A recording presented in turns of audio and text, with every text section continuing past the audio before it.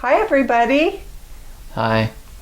Welcome to Debbie and Logan's Mom and Son vlog. We're happy to be here with you and to answer some of your questions. A question that we received is, how and when did you meet your own needs for self-care even though you still had to care for others? And that is a challenging thing I think it's a challenge for everyone. Our shared experience is not the same.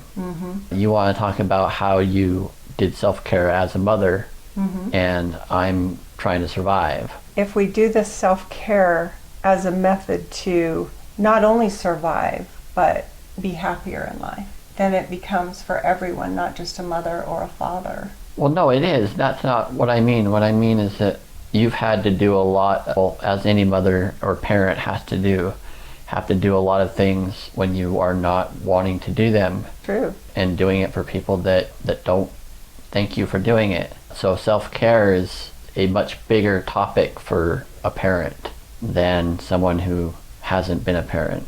What about somebody that just works a lot of hours, but they still want to have a social life and they have their family? Would you say that self-care is important for them so that they can be the best of themselves when they're with the people that are important to them? Yeah, I think that all I'm bringing up is that we have different self-care needs. I mean, everybody does, obviously. I guess because you're my mom and I needed you to go beyond what I would have expected you to do. Heather sort of expected you to do what you did, and had you not, it would have been a problem. And so you have to ignore your self-care for Heather. I have never intentionally or consciously said, I'm going to choose to make mom do it before I'll do it myself. I've never done that. Heather is first to say, will mom do it? And if not, then it can't be done.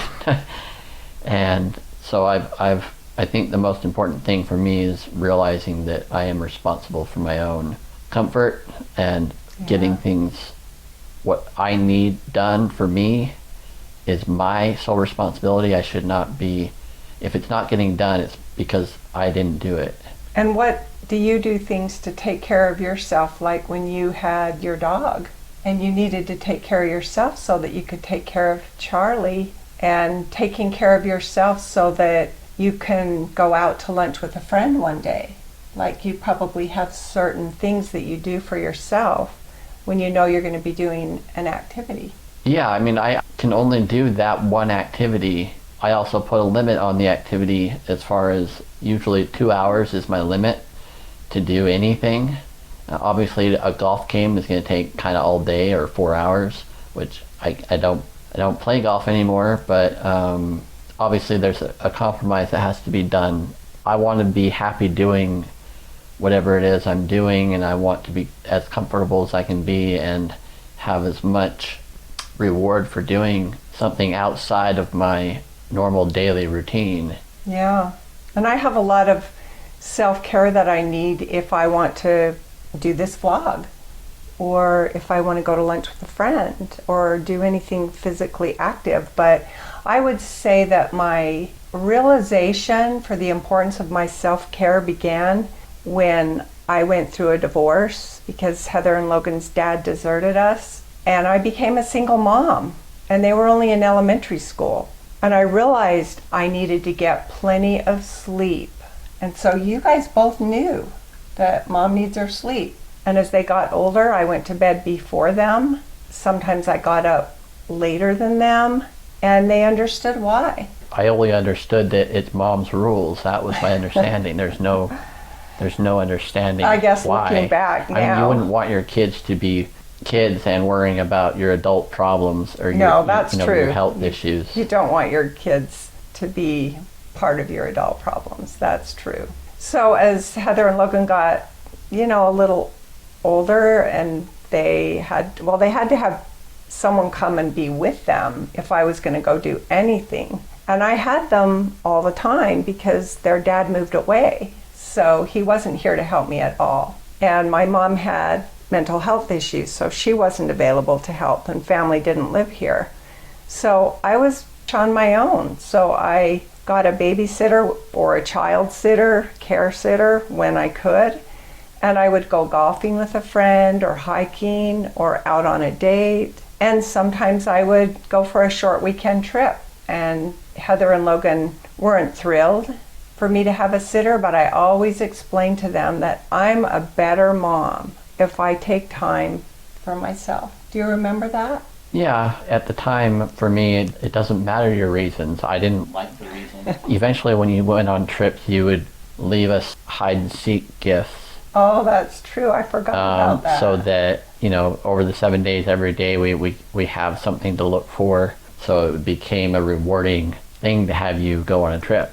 So it was hard for you before that, when there wasn't a it was reward, hard to not have the person that I needed. and to have someone else be But there. I didn't know. I never thought about it in that way at the time. I never thought like this is hard because of this. It's just mom's not here, and I think my experience was pretty much the same as any child that has their parent go away. Do you think it was more so for you because you had disabilities, or do you think it was pretty similar? I didn't have disabilities in my own That's mind. true. That's a good point. So I wasn't looking at it that way at the time. It was just a kid whose routine is going to be disheveled, and you have to deal with a babysitter, which isn't always bad because generally you like the babysitter. We had some great babysitters, for sure. What I realized was that when I took care of myself, I was happier, I was more patient, I was more clear-headed, I was better at my work. I was a self-employed hairstylist for over 40 years. So I just learned early on that self-care was really important. And I learned that sleep, exercise, and healthy eating made me feel better. And I had so many things in my life that were completely out of control. 2 kids with disabilities, surgeries, financial problems, all kinds of unknowns that I couldn't control. So getting enough sleep, eating healthy foods, and exercising, those were something I could control. So I felt my best when I took the time to have that self-care. And now, having MS, I always make sure I rest at least 2 times a day for 30 or 40 minutes. So I always rest before an activity, and I have to schedule my time to do that. It's hard. Sometimes I feel like I'm in timeout.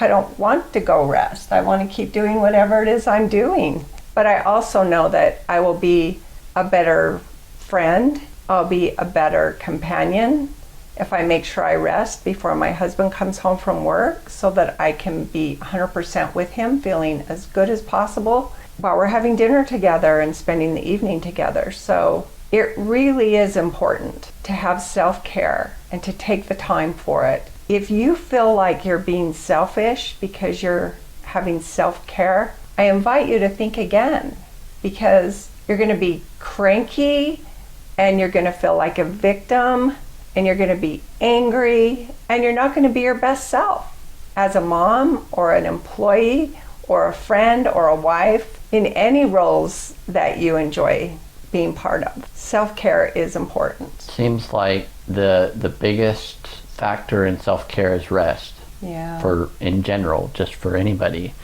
You need more time to be you. And if you don't give yourself that time, you are stealing from yourself and then putting it on others to pay you back somehow. I like that, Logan. I like that. You're stealing from yourself when you don't take time to take care of yourself. And in some ways, you could even go a little further and say you're stealing from your children, or you're stealing from your husband, you're stealing or you're stealing from your friends. Yeah, everybody. Because they don't get to experience you happy, rested, and enjoying life and enjoying whatever activity it is that you're participating in, even if it's taking care of someone. So however you find that helps you feel cared for, whether it's reading a book, meditating, spending time watching a chick flick, going out for a walk, whatever it is, find out what that is that helps you replenish your energy. Yeah. I know alone time helps you replenish your energy when you... Yeah, I spent a lot of time by myself over the last 2 years, even about a year and a half before that. And if I tried to engage when I wasn't wanting to, it would have been not positive, and so it wouldn't have been a pleasurable engagement with a friend. And I'm still in a place where having a text conversation is not a pleasurable thing to me. Having a phone conversation, when my phone, I don't get very good reception on my cell phone or the speaker on any sort of device that you might use to have a video conference, it picks up other noises that are completely upsetting to me. I'm very limited by my senses, but I guess I've come to sort of accept that I am happier not triggering those sensory problems. And while I'm alone, I am alone, but I generally don't feel lonely because I know what it takes to be a good friend. I know the rules that you have to go by and the compromises you have to make to have meaningful friendships with people, and I just haven't had that for a long time. I do still judge myself that I can't do more or engage more with my friends, but I also know myself and I know how challenging things are for me. I try and not judge myself and acknowledge that it's needs that cannot go unserved. Yeah.